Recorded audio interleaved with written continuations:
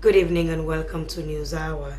Coming up in this edition of the news, Vice President Victor Bokari IV calls on veteran journalist union to provide guidance and record skills to practicing journalists. A session for civil society and the judiciary to ensure access to justice for citizens ends in Freetown. Korean ambassador to Sierra Leone supports Freetown City Council with $120,000 for the rehabilitation of the Eastern Municipal School. All the stories, including business and sports, are lined up in this hour. Stay with us. My name is Daphne Zainak.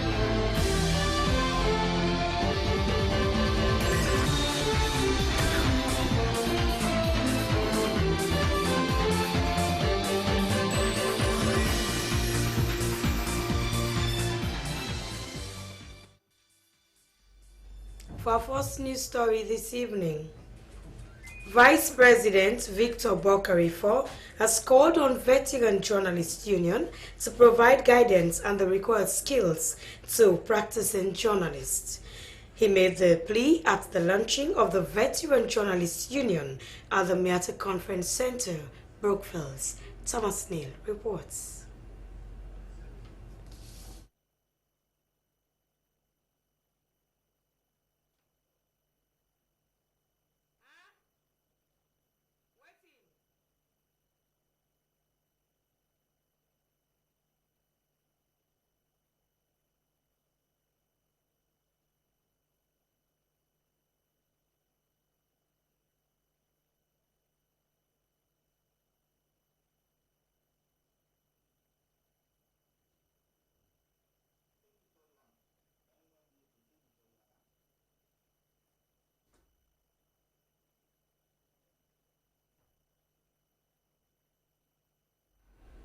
We apologize for not bringing you that report.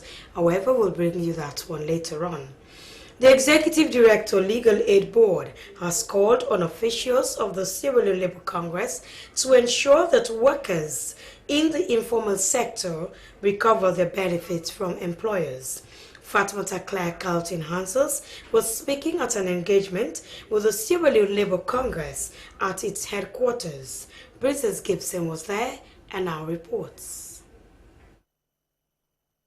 This is part of series of engagements by the board with stakeholders in both the private and public sectors.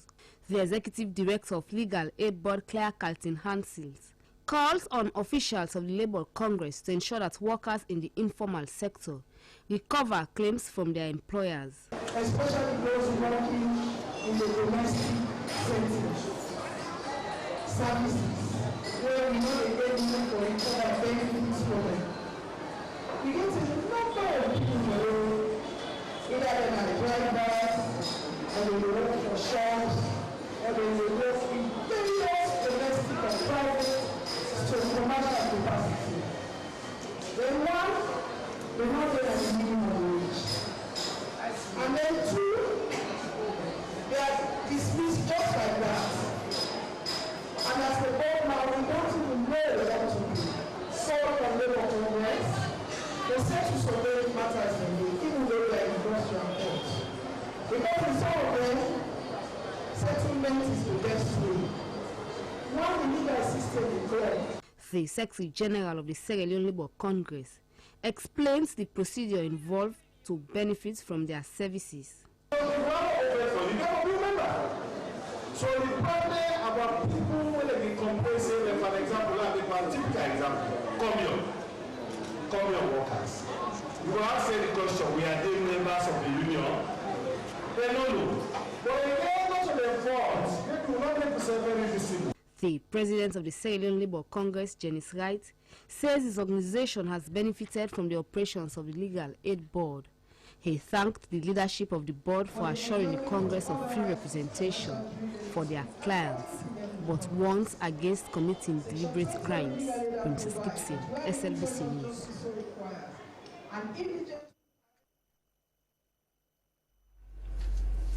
A one-day session for civil society and the judiciary aimed at ensuring access to justice for citizens has ended at the British Council Hall. The forum was organized by the Campaign for Good Governance and a good governance organization in Nigeria known as Budget under its Access to Justice Sierra Leone project. Darren Kaloko reports.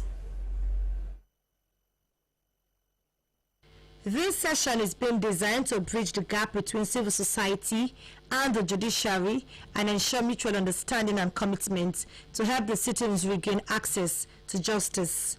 The Executive Director of Campaign for Good Governance, Vanora Edwin, said that the dialogue session with the judiciary and the civil society seeks to address the challenges identified by the TRC report of 2004 that identified all forms of injustice as contributing factors of the rebel war. She said that their intervention with the judiciary will bridge the gap and energize their hopes to yield positive results. Madam Edwin said that they have strived over the years with the judiciary system by providing legal aid for victims of domestic violence, including sexual violence, both medical and legal-wise. She spoke of the need to ensure citizens' rights are protected. Program Director, Campaign for Good Governance, Marcella Samba Sisse, said that over the years, citizens have been finding it difficult to access justice, which is why the sudden need to create a platform to discuss challenges in accessing justice and chart the way forward. She said that the platform is not to blame any institutions, but a forum to lay the parameters and gain support and cooperation. President of Mawopnet Yasmin Jusu Sharif expressed the belief that justice is a right and entitlement of all, adding that commitment and support will help the citizens regain access to justice. She calls for willingness of all institutions to set the space, adding that civil society and the judiciary should ensure strong partnership and sustainable cooperation for the interest of the people. The National Commission for Persons with Disability has commemorated the 5th year of the National Disability Act. The act was signed by President Ernest Bai Koroma in April 2011. Let's join Francis Danema. Most of the provisions of the Act for persons with disability, according to the physically challenged people, have not been actualized. The Disability Commission, which was established by government to implement the provisions of the Act, called on journalists and other partners to align their successes and challenges in implementing the provisions of the Act.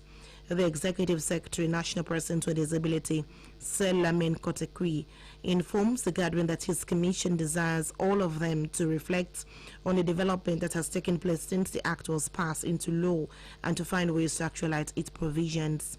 Chairman of the National Commission for Persons with Disability, Frederick Mara, informs the gathering that he was appointed to man the affairs of the Commission at a point wherein the Commission was completely handicapped. The Commission, he went on, can now boast of office space, vehicles, and workers. He lauds all those who have contributed in diverse ways to take the Commission to its current level. The chairman of the Commission says its institution is challenged with funding and human resource to implement the provisions in the Act.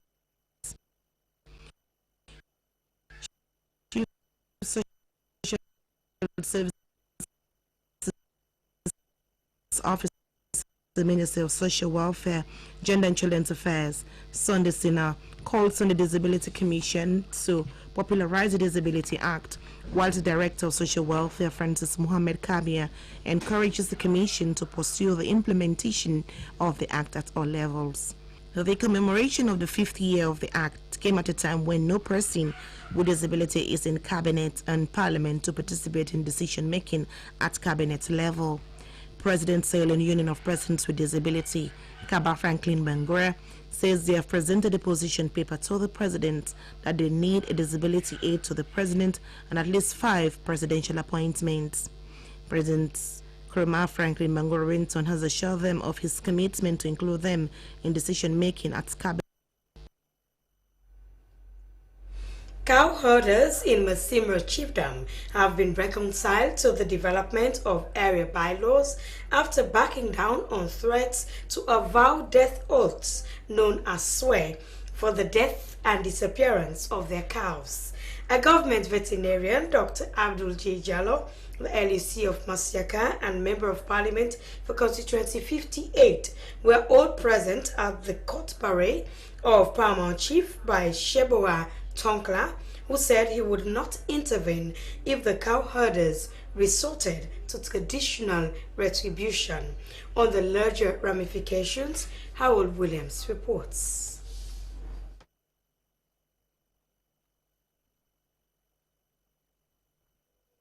Paramount Chief by Simira Tonkla expressed his disappointment that people of his chiefdom had reneged on the historical understanding between cow owners and farmers. He said such disaffection went against the principles of his authority, and it was shameful that Masimira chiefdom was gaining a reputation for cow rustling. Paramount Chief by Sebra Tonkla said his authority would no longer be available to prevent people from using traditional death oath, commonly known as swear, to seek redress for the loss of their cows. Government veterinarian and animal rights activist Dr. Abdul G. Jallo said the cost of one cow is approximately $8,000. He lectured on the importance of livestock in the overall structure of food security in any nation and referred to livestock census figures as important indicators which have been neglected in Sierra Leone. Dr. Jallo said the recent incidents of cow rustling were unfortunate because Masimira had been the site of the first successful crossbreeding of cows.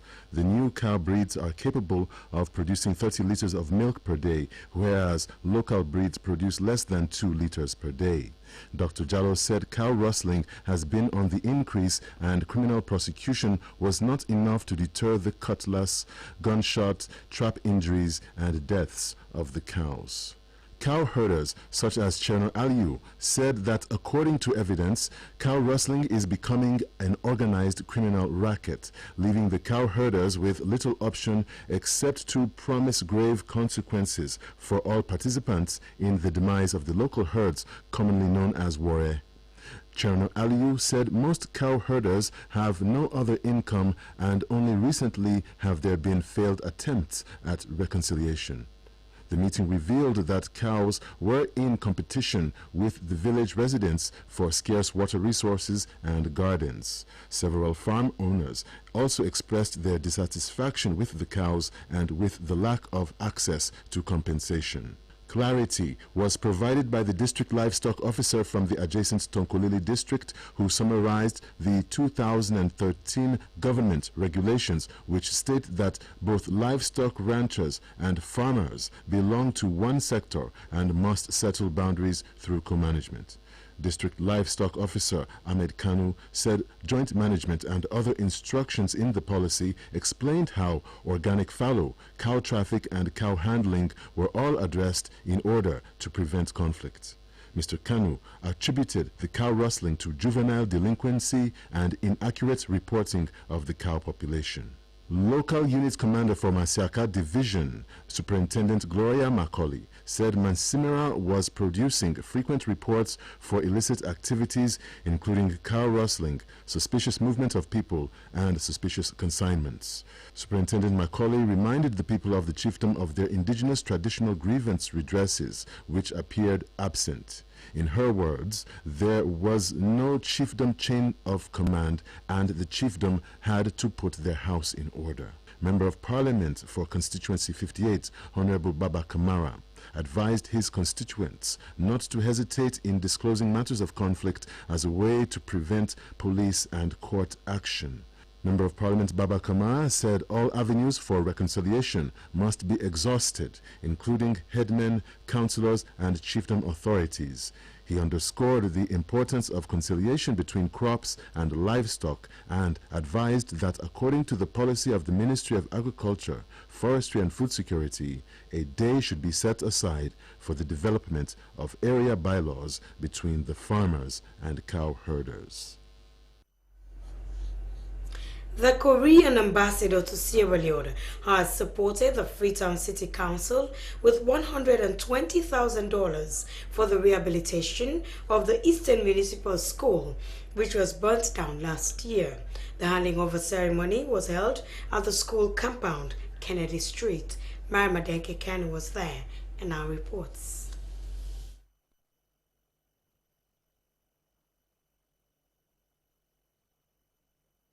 The school main building was burnt down in November 2015, which left the school children with no option but to find solace at the Bishop Johnson Memorial Secondary School. The school before the fire incident has been accommodating about 2,000 school children. Chairing the program, Abubakar Darami said the Freetown City Council did its level best to seek assistance at both national and international levels.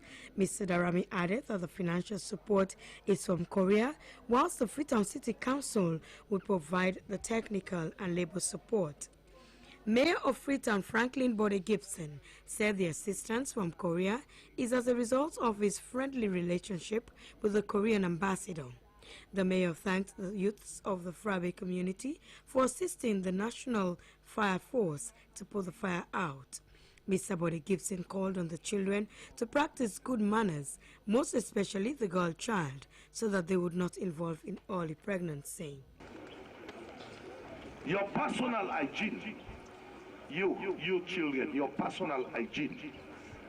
By this I mean your body, the way you keep it, the way you keep your bodies clean is good for each and every one of you. Don't keep yourself dirty. It does not good for you. It does not good for your health. It will not help you sitting and playing with others. Keep yourself clean. Keep your environment clean. Any place around you, keep it clean. Don't throw bits on the ground. Don't use abusive language in public places. It is not good for you, not even at home, nor should I say at school.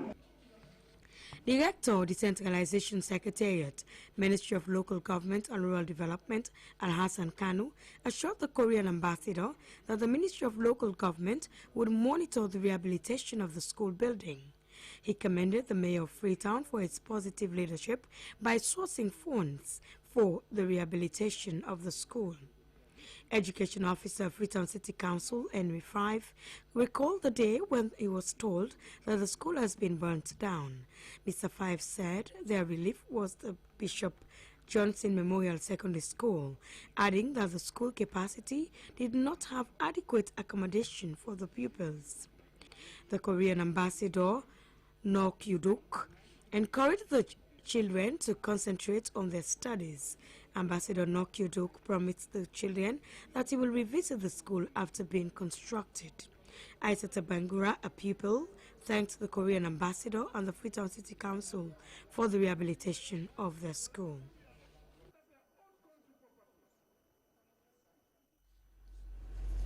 Surveys from South and Eastern regions have commended Plan International Sierra Leone for their support to the Council during the Ebola outbreak.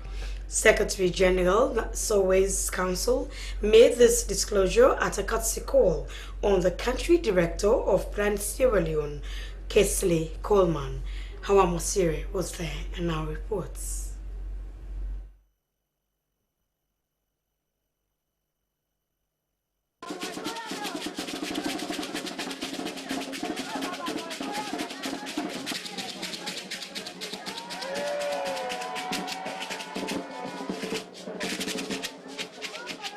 Plan Sierra Leone is one of the international organizations that worked closely with the government and other partners to eradicate Ebola out of the country. National Secretary General Sowe Kanso Kadizorokon commended the country director of Plan Sierra Leone for their tremendous support in the fight against Ebola. She said Plan Sierra Leone was the only organization that provided support to them in the area of educating them on the dangers and effects of the disease. She assured the country director about their commitment towards the age of consent before initiating girls into the Bondo society. Done the work before, and really praise the effort you have done. What we appreciate very much. In fact, that makes some of we say we will join, we all will come together for cancer time. Apart from me being the National Secretary General, I'm the coordinator for the Southern region for all the sewing and within the south. After we election, we done a meet with UNICEF on series of occasions. Then we newly elected minister, when our Dr. Sylvia Blyden, we began a meeting with her yesterday. We don't come, they don't put her on that. Instead say, you know, to member of Bondo society, but they support the society. Because what the government we don't say, for stop for put small people in Bondo. Anybody where they below 18 years, that's these organizations were deep for abide with that. Because Bondo not for people. The country director of Plan Sierra Leone, Casey Coleman, said their visit coincided with the 40th anniversary celebrations of Plan Sierra Leone. The country director disclosed that during the outbreak of Ebola, they had meetings with SOWIS through the office of the First Lady to stop the mode of transmission of the disease in their communities. Plan Sierra Leone country director Casey Coleman noted that Plan has operated in Sierra Leone for 40 years, working on the rights of women and children in education and health. After the visit, the country director also briefed the media about activities Plan International has been embarking on in the country. He spoke about activities lined up to commemorate the 40th year anniversary. During the Ebola crisis, some of you saw our contribution. In Port Loko, we were the ones who managed the community care centers. In Kailang, we provided the interim care center. We did the same in Moyamba. And then also we partnered with the Consortium of Secret Societies and the First Lady to launch the Ebola Behavior Change Initiative, which we think is one of the reasons why we were able to defeat the disease. Because some of the cultural practices were also the sources of the transmission of the disease, and with the partnership of the SOWIS and the Consortium of Secret Societies, we were able to work together to address Ebola. Now Ebola is gone, we have to come back to the business of transforming this country. And this year Plan is going to be 40 years. And we've done a couple of projects recently that I want to share with you. We have supported the National Commission of Children to develop their strategic plan and also their website. We have provided support in that area. We are also one of the biggest investors in the National Youth Farm program in Mashaka, which we want to work with the Ministry of Youth to scale up, to provide livelihood and incomes to young people, women, and people affected or Ebola survivors. Human Resource Manager of Plan International Sierra Leone, Flores Sombi, thanked the SOWIS for collaborating with their office in the fight against Ebola. SABC TV News Eye in Freetown, Hawa Mosiri reporting. Well, in case you've just joined us, this is News Hour Live on the SLBC. The Chairman, National Telecommunications Commission, NATCOM, Mama Kante, has told the people of Mongo and Falaba chiefdoms in the Koinadugu district that the Commission is at present looking at other solutions in telecommunications which villages will benefit. He made the statement whilst launching the Airtel Sierra Leone new 2G and 3G sites in Mongo and Falaba chiefdoms in the Koinadugu district. Eva Jasko reports.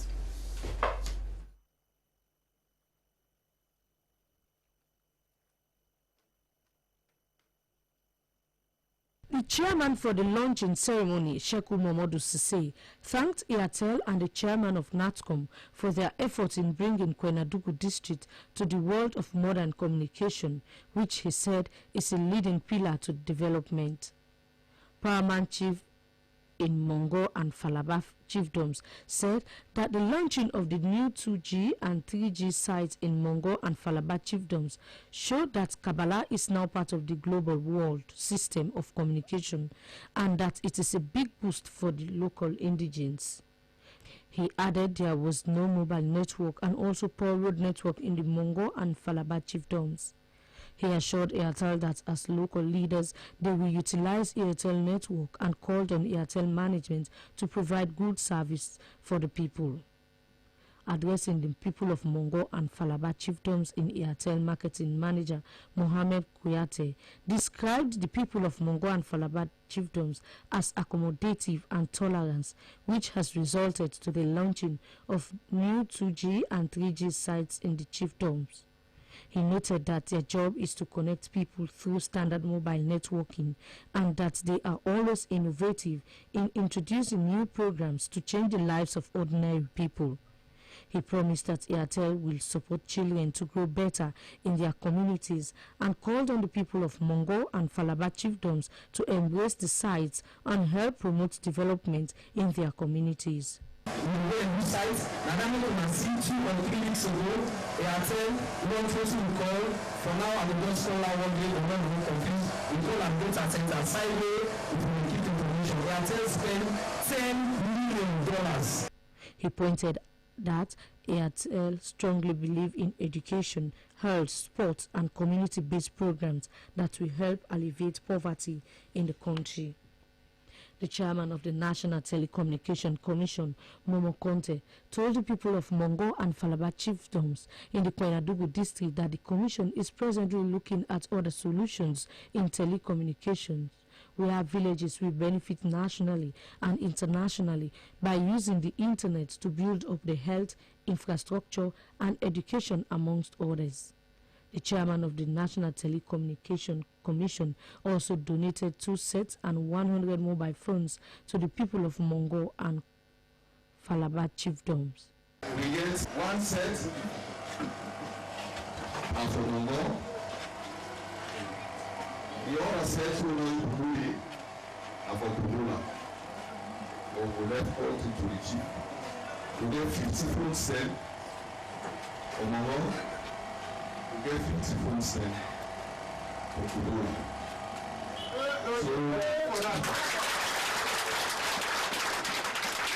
Local leaders in Falaba chiefdom also thanked Airtel Sierra Leone for installing new 2G and 3G. A seminar to sensitize lecturers and other academic staff on how to stop examinations malpractices has ended at the Great Hall of MMCET. Dr. Saidu Kanu is the principal of MMCET. He explains more about this move.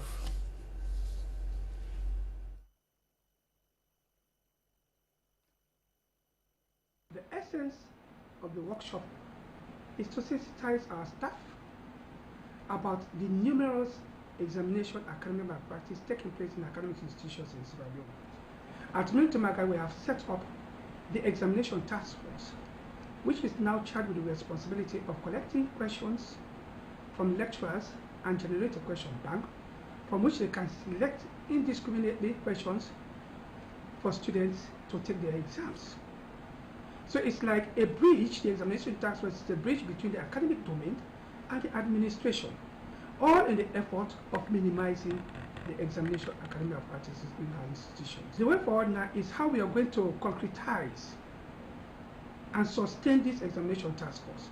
But for now, I see it's the only practical way of minimizing examination malpractices and academic malpractices in academic institutions. We are going to support it.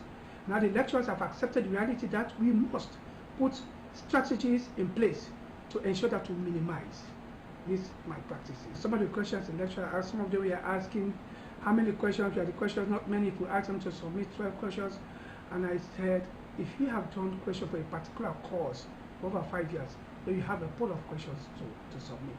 So that one, we cleared that doubt amongst our lecturers, and some were even asking about the selection criteria of the examination task force members, and the main criteria is credibility, reliability, and honesty of purpose in executing your duties. So that also will answer them. And I think for the other one that really came up is about the practicals aspect. And in the practical aspect, we have accepted that departments can conduct their practicals, but it must not exceed 30%. And written exams must be sent to the examination task force. And we also underscore the fact that the examination task force is not replacing the exams office. These are both institutions in the Polytechnic here that are working in collaboration so that we improve on the examination process.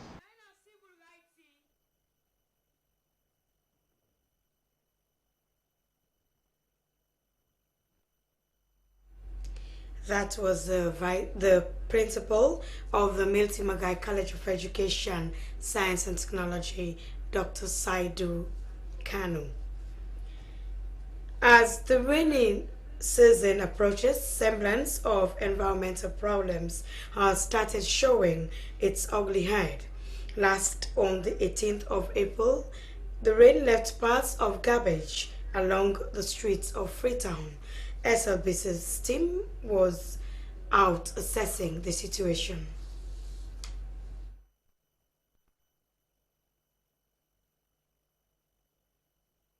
Yesterday's rains littered the streets of Freetown, though citizens expressed happiness over the coming of the rains because of the water crisis. Behind that happiness is foreseen environmental disaster, as has been predicted by environmental experts.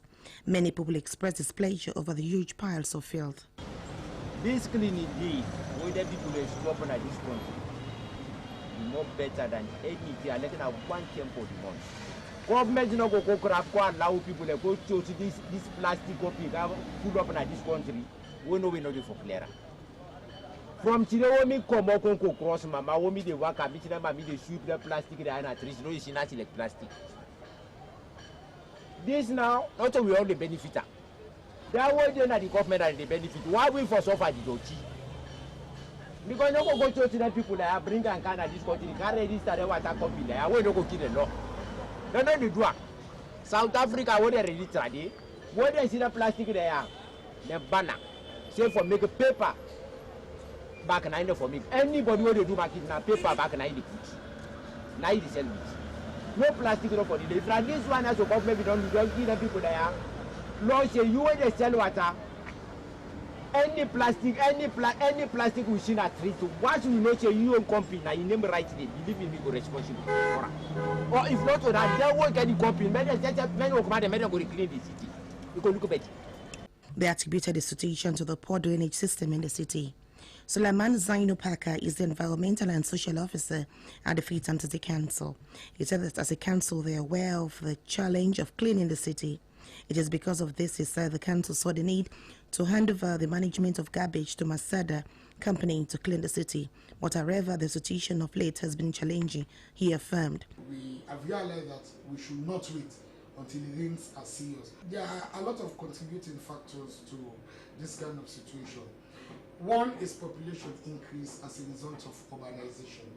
Freetown as a city is not expanding, but the population keeps increasing day by day.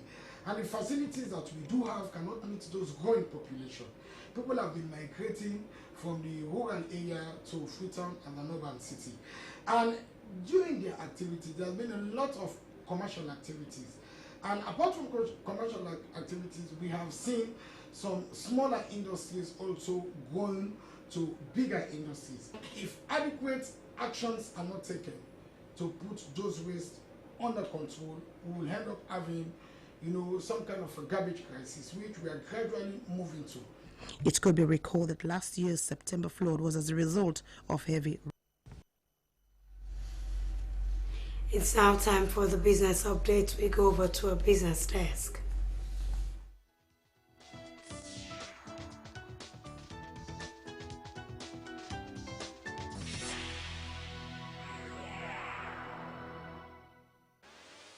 Hello and welcome to the business updates of News Hour with me, Yvette Jasco. First, the foreign exchange rate. US dollar buys at 5,887 leones and sells at 6,006 leones. Pound sterling buys at 8,370 leones and sells at 8,542 leones. Euro buys at 6,707 leones and sells at 6,841 leones. Courtesy of United Bank for Africa, UBA. 30th of April is the due date for filing of income tax returns for all taxpayers and stakeholders of the National Revenue Authority. The authority is reminding its stakeholders that there is a penalty for failure of filing income tax returns in accordance with the provisions of the Finance Act 2013.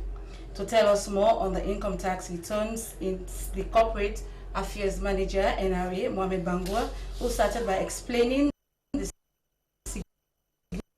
significance of the income tax returns to business producer Lucian Ganga.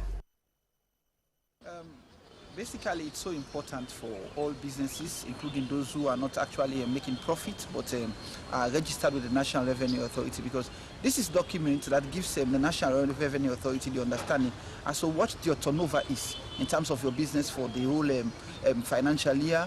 At the end of the day, if you are making income, what your chargeable income could be, so that it will compare it with your provisional assessment for last year with what should be your final payment of taxes. In other words, at the beginning of every year, business people make estimates to the National Revenue to say Lucian Enterprise would have to pay 10 million for 2016 financial year.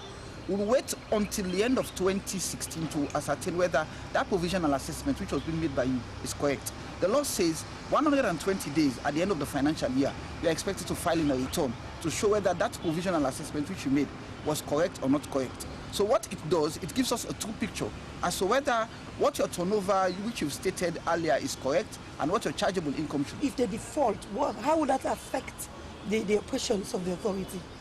Well, if they default, what will happen? Firstly, there is a punishment and a penalty if you fail to file in your return. In other words, the law says when you fail to file in your return on the due date, you pay 5 million penalty, or you may go to jail for 1 year, or as the case may be.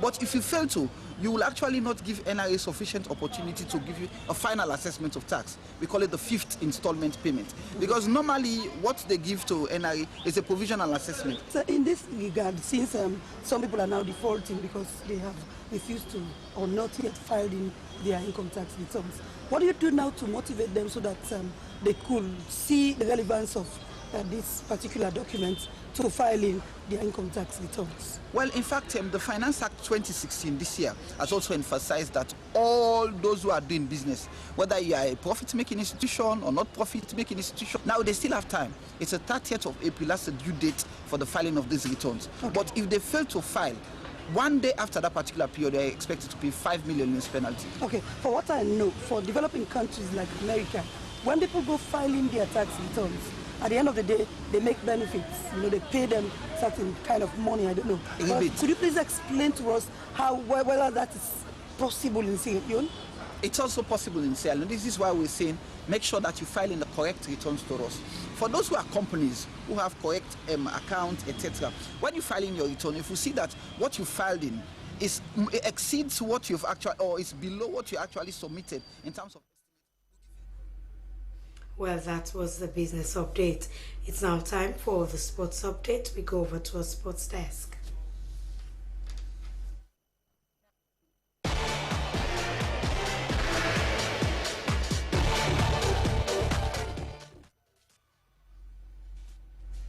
Hello, good evening and welcome to Sports Update on News Hour. I am Francis Banner. In sports tonight, the Minister of Sports, Ahmed Kanu, has concluded a familiarization visit to the National Olympic Committee at its head office at House Street in Freetown. The visit, according to the Permanent Secretary in the Ministry of Sports, Bokai Idris, is to establish a good working relationship and chart the way forward between the NOC and the Sports Ministry. Here is the report.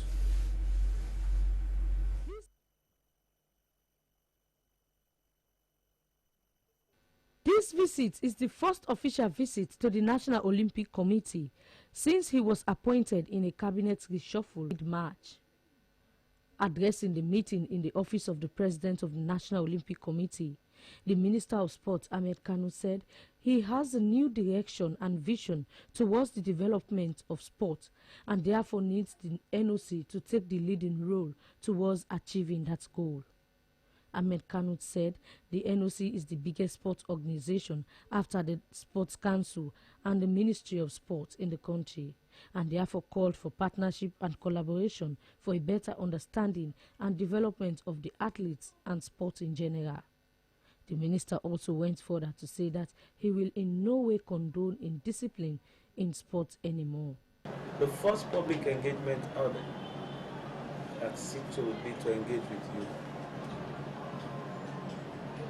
Engage with you in a manner that will create the platform for future consultations. You and I know quite a lot of water has gone under the bridge already. But whatever little time we have, in our lives, in our offices, we have to make good use so that we reshape and redirect the sports sector. The first and foremost one is the ministry is going to assert its authority, and its authority will be asserted through the functionally operational entities that includes the NOC and others. We will reshape policy where policy needs to be reshaped. We will legislate where it is absolutely necessary and review some of the policies that are already in place, just so that we function and operate in a manner that will create decorum and harmony. The minister said he is aware of the numerous tasks in the sports industry. He maintained that he will work hard to address the many challenges sports is faced with. Responding to the minister, President of the National Olympic Committee, Dr. Patrick Coker, thanked the minister and his team for the visit to the NOC. He told the minister that he is the first minister to have visited the National Olympic Committee in the past 12 years, which, according to Dr. Coker, is a sign of a good working relationship ahead. He told the minister that the NOC operates on an open-door policy, especially to their development partners. Dr. Coker, however, updated the minister about the activities of the National Olympic Committee. Even this so-called plenty talk outside, I think when they realize that we are working together, it's going to be less. Sure. Godrich premises for the Ebola, and then it turned out that at the end of it all, we were not able to get the premises again. Because, for example, in the next 4 weeks, we have an invitation from the Olymp Africa organization. There is a meeting where they use the word, it's not a competition, really, they use the word tournament, but it's more exposing young children, and it's age group 12 to 15. And we are taking 15 of these children to Ivory Coast. A conducted tour of the office of the National Olympic Committee was also part of the visit. For SLBC Sport News, Francis Bernard reporting. Well, the minister also yesterday launched a 10-day training course for coaches in lawn tennis. Well, that story will be up tomorrow. But for now, we move to the international scene and bring you some international story. Barcelona humiliated Deportivo to end a 3-match losing run. Luis Suarez scored 4 for the Spanish leaders, with Uruguay striker building the opener. And Barcelona, Lionel Messi also scored 1, Ivan scored 1, and Neymar also scored 1 in the 8-0 defeat against Deportivo. In other results, Real Madrid defeated Villarreal by 1-0. Atletico Bilbao went down to Atletico Madrid by 1-0, and Malaga and Vallecano also played to 1-1 draw. Well, that's all we can provide for you in this edition of Sports Update on Newser. I am Francis Bernard. Good night. From the sports desk, we end news hour for tonight. To end the news, the main points again. Vice President Victor Bakary has called on veteran journalists to provide guidance and required skills to practice in journalists. A session for civil society and judiciary to ensure access to justice for citizens has ended in Freetown, and Korean ambassador to Sierra Leone has supported Freetown City Council with $120,000 for the rehabilitation of the Eastern Municipal School. Well, that's all in this edition of the News Hour, broadcast live on the SLBC. On behalf of News Editor Abubakar Bangura, I am Daphne Zainab, Command Freetown. For more information about our programs, send us an email to contact us at slbc.sl. And in case you miss all or part of our programs at the SLBC, visit our website at www.slbc.sl. Thanks for watching and have a blessed night. Issues in the News is up next. Stay tuned to the SLBC.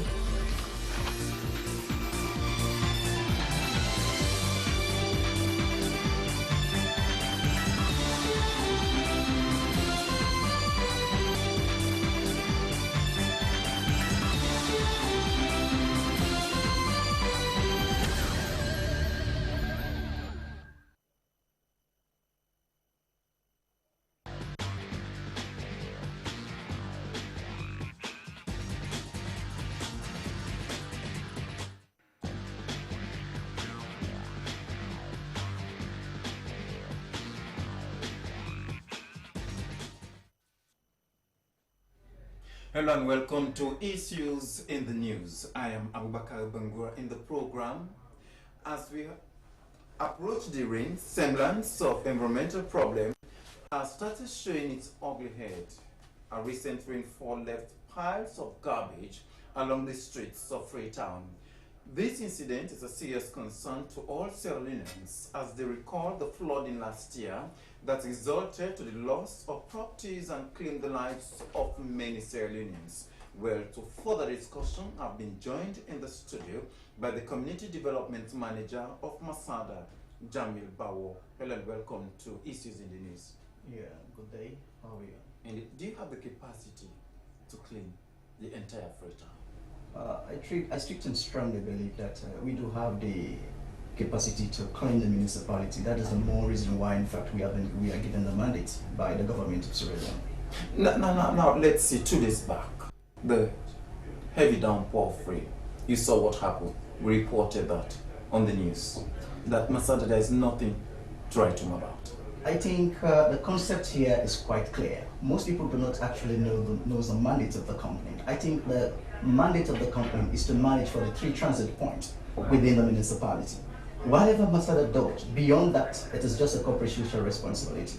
That is what people should definitely try to underline in the first place. So, issue that is connected with the flooding of waste within the municipality, I think it's a synergic approach. I think it's not only a situation that only concern about Masada.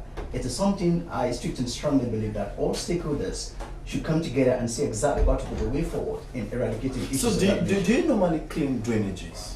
Oh, that doesn't fall within our own jurisdiction. That is not our mandate. Our mandate is to manage for the 3 transit points within the municipality.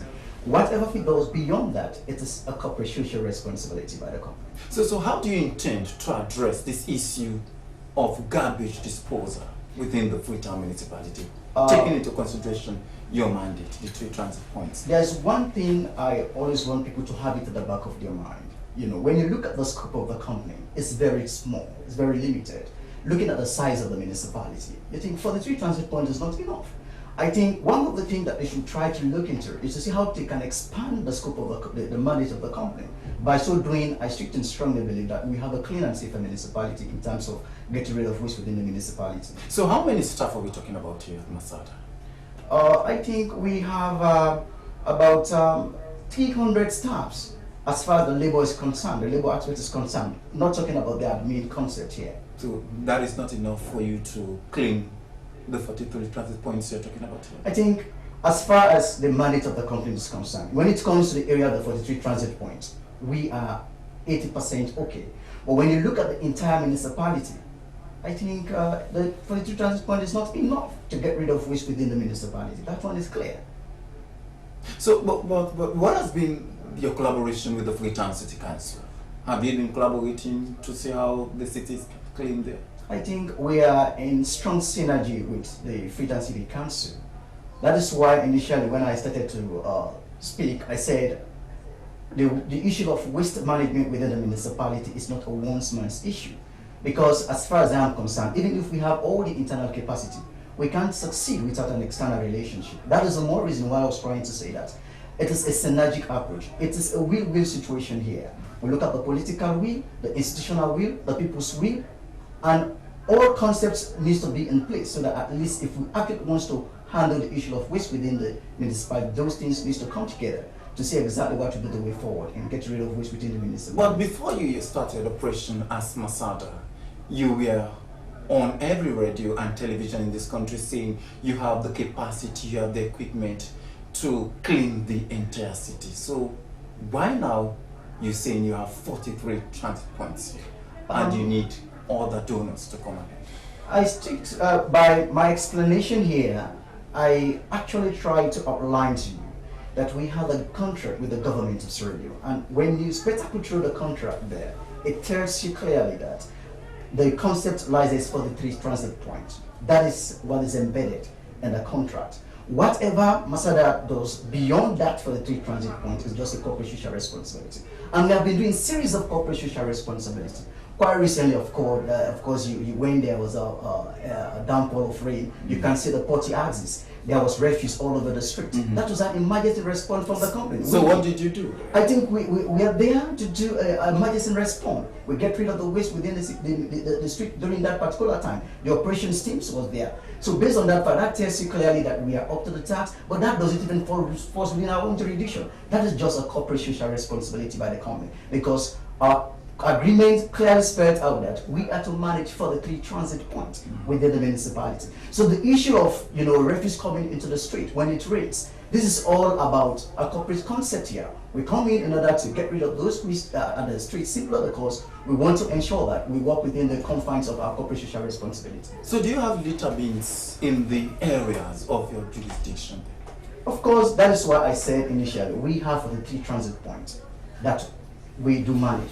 Mind you, Masada is a commercially viable cleaning company in this concept. We do have the commercial departments that roll out the bins of the company. And when you look at it, the response of even the citizens towards actually going in for those bins is very limited.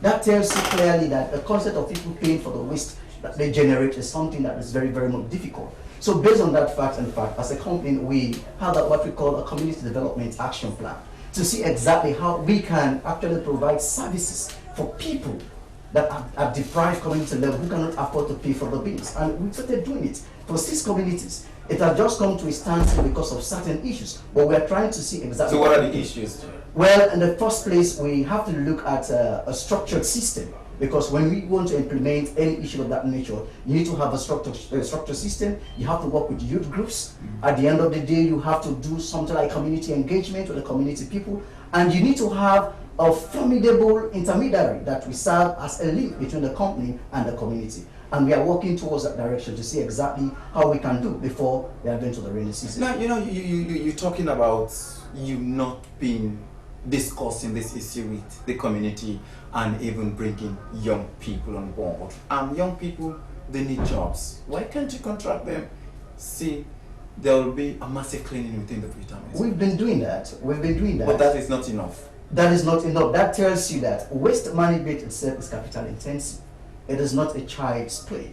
You need to, there's a lot of resources that needs to involve within the process. So in that concept, Masada needs money. So should the government come in to help you? Definitely, that is what we're looking for. In fact, but is this not a private company? This is a private company. So why should the government come in? This is a private company. That one is crystal clear. It is a private company.